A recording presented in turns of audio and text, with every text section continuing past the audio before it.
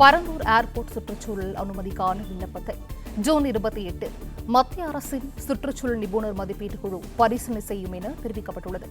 கூடுதல் விவரங்களை செய்தியாளர் கார்த்திகேயன் வழங்க கேட்கலாம். கார்த்திக், வணக்கம். இது குறித்தான விவரங்கள். பரந்தூரில் விமான நிலையம் அமைப்பதற்கு மத்திய சுற்றுச்சூழல் அமைச்சகத்திற்கு அனுமதி கோரி ஏற்கனவே தமிழக அரசு விண்ணப்பித்திருந்தது. இந்த சூழ்நிலையில் அந்த விண்ணப்பத்தை வருகை 28ஆம் தேதி பரிசீலனைக்கு மத்திய சுற்றுச்சூழல் அமைச்சகம் அந்த நிபுணர் குழுவானது எடுத்துக்கொள்ள இருக்கிறது.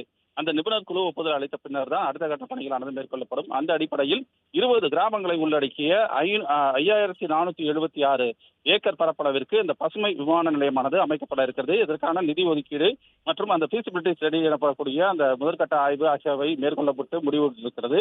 எனவே அடுத்த 50 ஆண்டுகளுக்கு தமிழகத்தில் முக்கியமாக சென்னை மற்றும் அதன் சுற்றுவட்டார பகுதிகளில் இருக்கக்கூடிய நகரங்களை இணைக்கக்கூடிய வகையிலும் அதன் பொருளாதாரத்தை மேம்படுத்தக்கூடிய வகையிலும் இந்த பசுமை விமான நிலையமானது அமைக்கப்பட திட்டமிடப்பட்டிருக்கிறது.